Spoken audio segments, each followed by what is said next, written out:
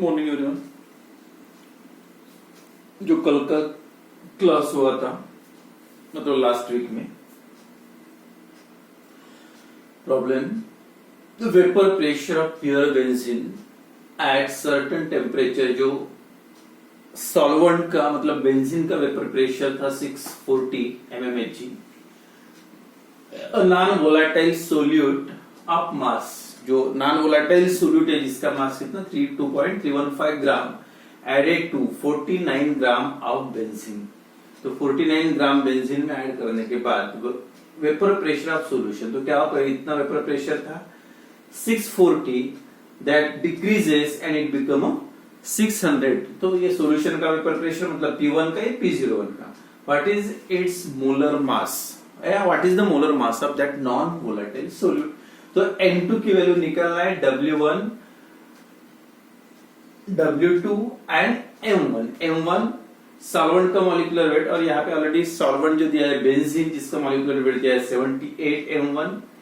M2 की value निकालना है W1 सॉल्वेंट का वेट कितना है 49 ग्राम, वेट ऑफ सोल्यूट 2.315, और इधर P01 एंड P1। तो P01 की वैल्यू जो है सॉल्वेंट का वेपर प्रेशर है 640 और सॉल्यूशन का वेपर प्रेशर है। तो ये इस टाइप से जो मॉलिक्यूलर वेट निकला था 58.96 ग्राम, जो टेक्स्ट बुक में थोड़ा सा गलत दिया है क्योंकि यहाँ पे जो वैल्यू है 49 और टेक्स्ट बुक में 49 की जगह पे 40 लेके कैलकुलेट किया है।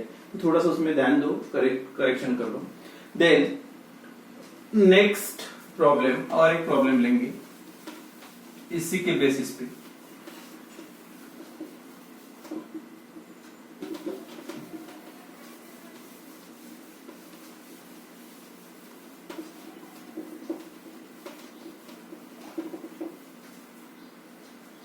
अब यहाँ पे देखो, the vapour pressure of water at 20 degree Celsius is,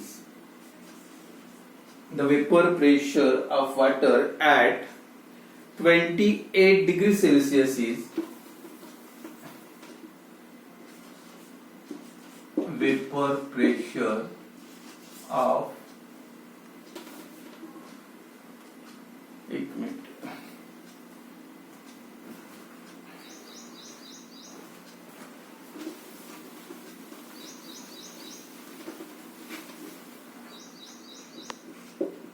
vapour pressure of water at 20 degree Celsius is 17 mmHg, yes, 17 mm. What is the vapor pressure of solution? What is the vapor pressure of solution? Vapor pressure of solution containing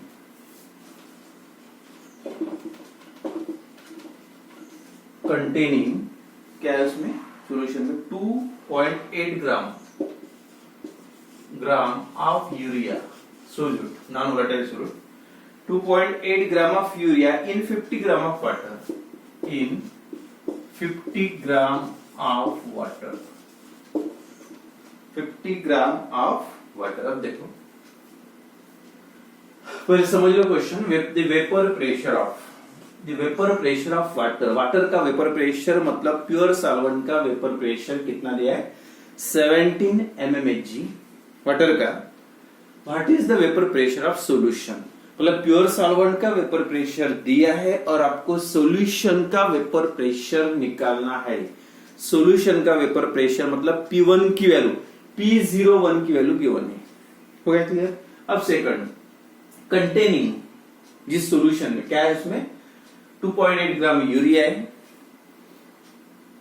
कितने gram water में 50 gram water में। इसमें आपको दोनों का solute और solvent दोनों का मॉलिक्यूलर वेट दिया नहीं है। वाटर का तो जो पता है 18 ग्राम होता है और यूरिया का आपको निकालना पड़ेगा मॉलिक्यूलर वेट। दोनों का मॉलिक्यूलर वेट है, दोनों का वेट भी दिया है, मतलब W1 W2 M1 M2 clear हो गया।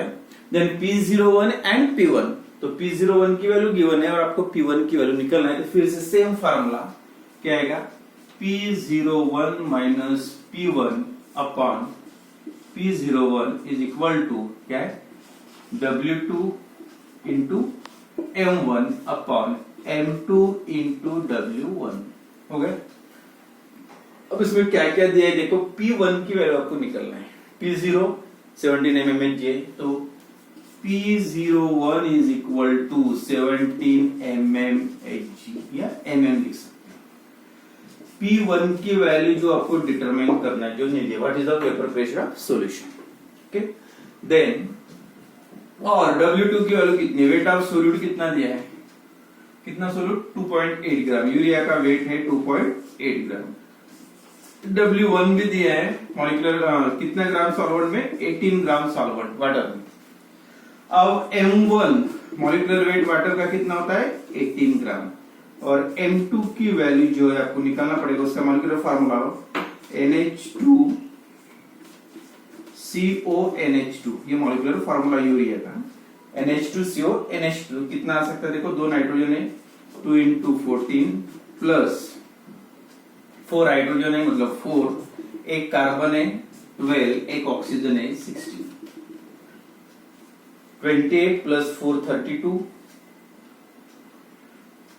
32 प्लस 12 कितना हो गया, 32 प्लस 12 44 मतलब 6, 50 और 10 मतलब कितना हुए 60 ग्राम, ये M2 की वैल्यू है। M1 है, M2 है, W1 है, W2 है, P1 है, P01 निकलना है। आप डायरेक्टली पुट करो ये values.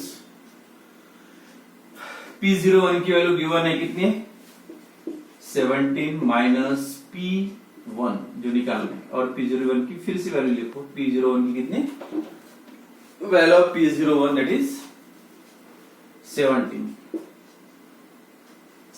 That equal to weight of solute 2.8 gram, molecular weight of solvent M1 मतलब सॉल्वेंट का मॉलिक्यूलर वेट 18 ग्राम वाटर का, M2 यूरिया का मॉलिक्यूलर वेट कितना है 60, और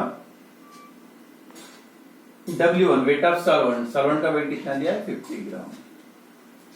अब 17 माइनस P1 जो P1 निकालना है, 17 को ये साइड में लेके जाओ, 2.8 इंटू 18 इंटू 17, ये इधर डिवाइड है इधर मल्टीप्लाई हो जाएगा, और डिवाइडेड बाय, यहाँ पे सीधा सीधा वैल्यू लिख दो, 6 इंटू 5 30, और ये 2 0 कितना हो गया 3000, सीधा सीधा यहाँ पे कर सकते हैं आप। ये सबका प्रोडक्ट जो होता है 2.8 इंटू 18 इंटू 17, 2.8 इंटू 18 इंटू 17 आता है 856.8, 856.8 ये प्रोडक्ट, 2.8 इंटू 18 इंटू 17, 256.8, और ये कितना है डिवाइडेड बाय 3000। अब यहाँ पे सीधा आप ये भी कर सकते हैं, 856 डिवाइडेड बाय 8 इंटू, देखो ये 3 जीरो निकाल दोगे, मतलब यहाँ पे बस 3 अगर बचता है तो कितने जीरो है 3, मतलब 10⁻3, और ये ऊपर गए तो क्या हो जाएगा 10⁻−3, तो सीधा 3 से उसको डिवाइड कर दो ये वैल्यूज को, 856.8 डिवाइडेड बाय 3, और उसको 3 से डिवाइड करोगे तो आंसर आता है 285.6, 285.6 इंटू 10⁻⁻3, और फिर से -3 के मल्टीप्लाई करोगे तो ये डेसिमल पॉइंट यहाँ तक आ जाएगा, 1 2 3 डिजिट कम हो जाएगा, मतलब 0.2856। ये जो वैल्यू मिली आपको P1 की नहीं है, 17 माइनस P1 की, और आपको निकालना किसके वैल्यू ऑफ, किसकी वैल्यू निकालना है P1 की। अब P1 निकालना है तो क्या करना पड़ेगा, उसको रीअरेंज करो,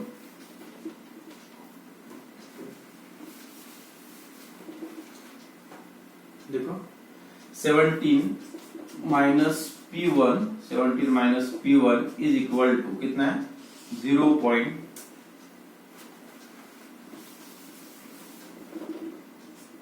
17 minus P1 is equal to 0.2856। अब P1 माइनस है, वो साइड में जाएगा तो प्लस, मतलब P1 इज इक्वल टू ये प्लस, और ये इधर प्लस है, इधर लेके आओगे तो 17 माइनस 0.2856, और 17 में से अगर ये निकाल दोगे तो ये आंसर आता है 16.71 कैप यूनिट mmHg।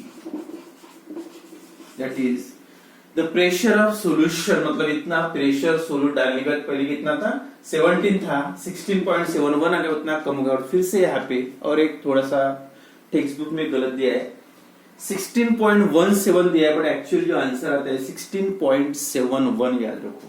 तो इस टाइप से ये जो जितने भी टर्म्स इन्वॉल्व है इसमें 6 टर्म्स, इसमें से कोई भी एक की वैल्यू निकालना रहा, मतलब गिवन नहीं है, तो आप इस टाइप से निकाल सकते।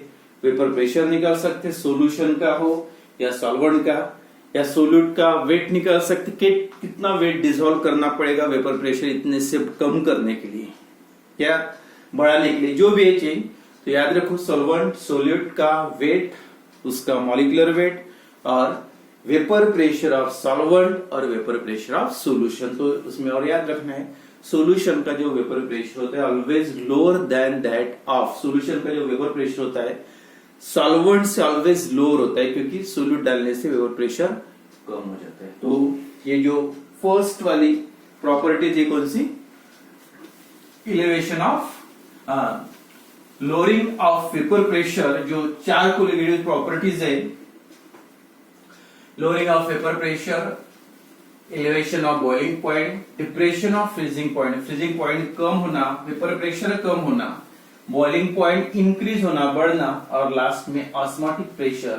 ये 4 कोलिगेटिव प्रॉपर्टी में से जो एक कोलिगेटिव प्रॉपर्टी हो गई है कई, that is the lowering of vapor pressure। and then next colligative property start करने जा रहे हैं, that is कौन सी है, सेकंड,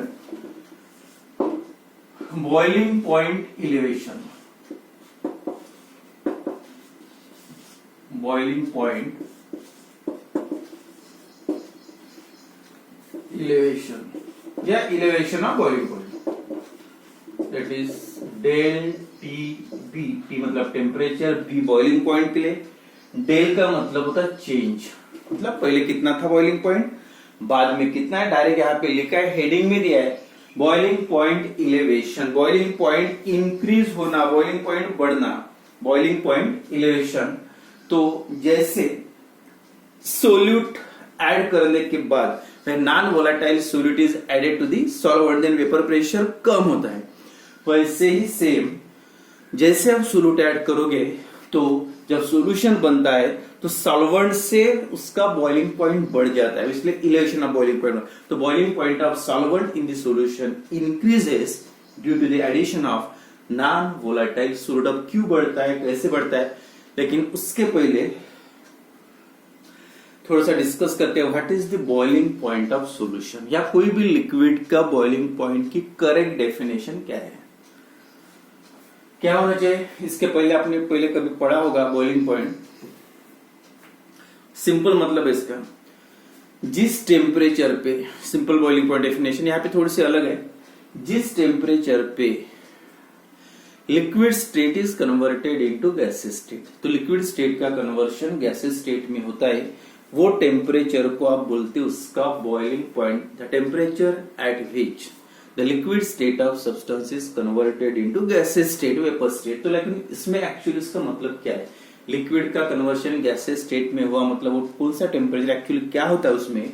तो पहले बॉइलिंग पॉइंट की डेफिनेशन देखो, जैसे बॉइल करने का मतलब ये लिक्विड के मॉलिक्यूल्स है, ये लिक्विड का सरफेस है, उसको बॉइल कर रहे हैं, मतलब क्या कर रहे हैं, ये जो मॉलिक्यूल्स को बस आपको उसको अलग अलग करना है, दूर दूर करना है। वेपर्स के मॉलिक्यूल दूर दूर होते हैं, गैसेस के थोड़े पास में आते तो लिक्विड बन जाता है, और पास आ जाते तो सॉलिड। तो ये जो मॉलिक्यूल्स है, और ये जो मॉलिक्यूल्स है एटमॉस्फेरिक एयर के जो प्रेशर है, ये मॉलिक्यूल एटमॉस्फेरिक एयर में। तो जब ये मॉलिक्यूल का जो लिक्विड के मॉलिक्यूल्स और एटमॉस्फेरिक प्रेशर, और एटमॉस्फेरिक प्रेशर के स्टैंडर्ड वैल्यू याद रखो, एटमॉस्फेयर का जो प्रेशर होता है स्टैंडर्ड नॉर्मल 180 एम और एमएम में 760 mmHg याद रखो, mmHg, mm में लिखना है तो 760 या ATM में लिखना है तो वंस नॉर्मल जो एटमॉस्फेयर का अपने सराउंडिंग का जो प्रेशर होता है कितना 180 यानी ये मॉलिक्यूल्स की वजह से।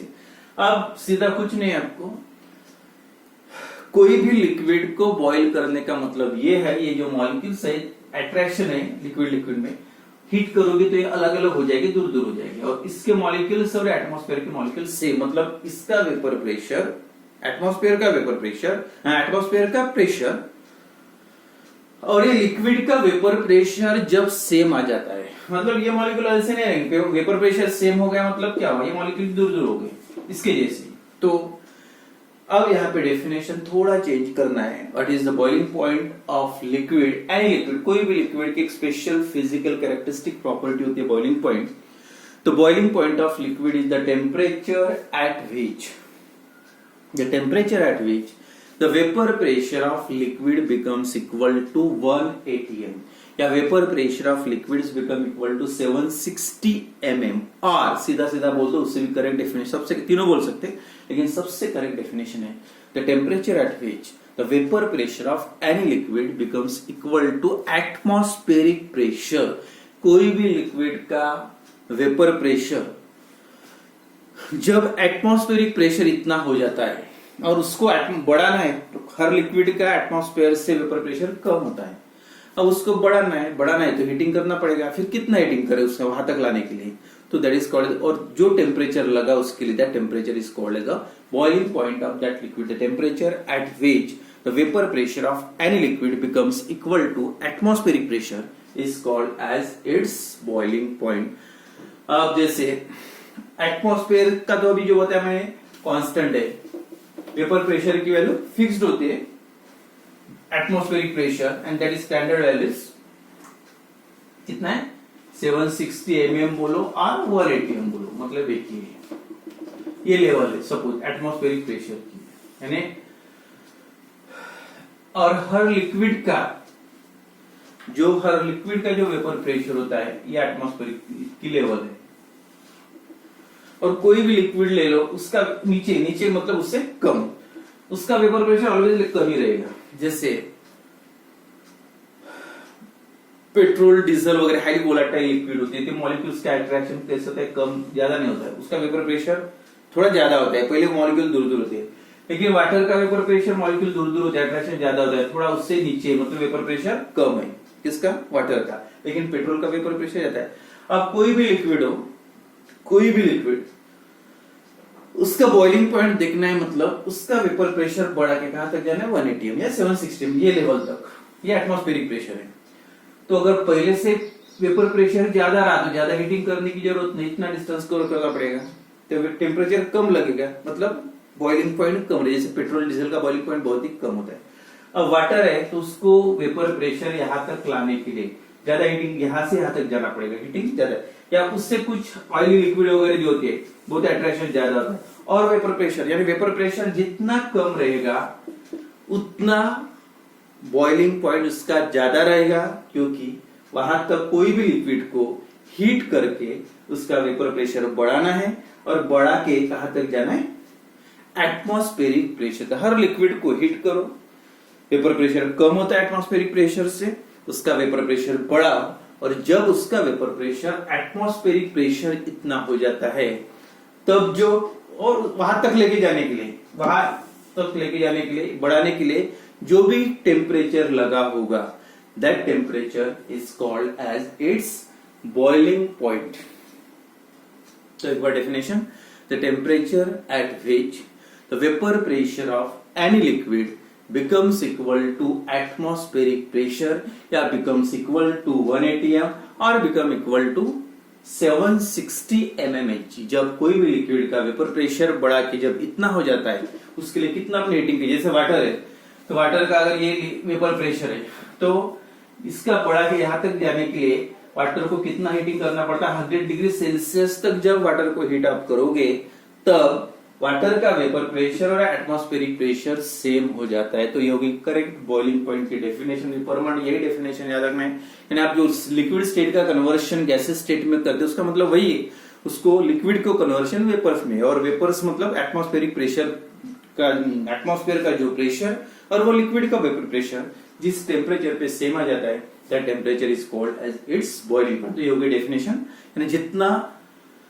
वेपर प्रेशर कम रहेगा उतना उसका बॉइलिंग पॉइंट ज्यादा होगा, क्योंकि वेपर प्रेशर कम कम होते जाएगा। देखो ये डिस्टेंस और कम है और कम है, तो डिस्टेंस बढ़ते जा रहा है हीटिंग, और इसका और कम है तो और ज्यादा हीट करना पड़ेगा। वेपर प्रेशर जितना ज्यादा है, पहले से ज्यादा है, अब ज्यादा है तो बढ़ाना है, ज्यादा बढ़ाने की जरूरत नहीं, हीट कम करना पड़ेगा, तो बॉइलिंग पॉइंट उसका कम होगा। इसलिए पेट्रोल डीजल जो होती है high volatile liquid, ether, ester वगैरह, उसका बॉइलिंग पॉइंट बहुत ही कम होता है, और रीजन है उसका वेपर प्रेशर बहुत ज्यादा होता है। तो एक बार definition, what is boiling point? The temperature at which the vapour pressure of any liquid becomes equal to atmospheric pressure या 760 mmHg or 180 that is called as the boiling point of that liquid। और उसके बाद जो main है boiling point elevation. तो boiling point elevation का मतलब क्या होता? जब सीधी सी बात है, जब सॉल्वेंट में आप नॉन वोलेटाइल सोल्यूट डिसॉल्व करोगे तो क्या हो जाता है? वेपर प्रेशर कम हो जाता है। अब जितना वेपर, पहले वेपर प्रेशर प्योर लिक्विड था इतना था, आपने थोड़ा सा उसमें सोल्यूट डाल दिया, सोल्यूट डालने से तो उसके पहले हो गया आपका वेपर प्रेशर कम हो गया। अब वेपर प्रेशर कम होता है तो फिर से ज्यादा हीटिंग करना पड़ेगा, ऑब्वियसली क्या हो रहा है? तो बॉइलिंग पॉइंट इंक्रीजेस, और ये जो बॉइलिंग पॉइंट इंक्रीज हो रहा है उसका जो रिजल्ट है that is the consequences of lowering of vapour pressure. Vapour pressure कम होता है इसलिए उसका बॉइलिंग पॉइंट बढ़ता है। जब भी कोई नॉन वोलेटाइल सोल्यूट ऐड करोगे लिक्विड में, तो जैसे वाटर का बॉइलिंग पॉइंट 100 डिग्री सेल्सियस है, उसमें थोड़ा सा यूरिया डिजॉल्व कर दो तो उसका बॉइलिंग पॉइंट बढ़ जाता है। 100 मतलब 101 भी हो सकता है, या 102 भी हो सकता है, या 100.5 हो सकता है, लेकिन always boiling point of solution is greater than that of pure solvent. उसका रिजल्ट भी समझ में आ गया होगा, क्योंकि सोल्यूट डालोगे तो बॉइलिंग वेपर प्रेशर कम होगा, और वेपर प्रेशर कम होगा तो बॉइलिंग पॉइंट बढ़ेगा। तो इलेवेशन ऑफ बॉइलिंग पॉइंट, बढ़ने का ही मतलब है elevation of boiling point. When non-volatile solute is dissolved in the solvent, then vapor pressure then the boiling point of that solvent in the solution increases, and that increase of boiling point is called as the elevation of boiling point। तो ये वाला topic जो है वो कल पढ़ेंगे।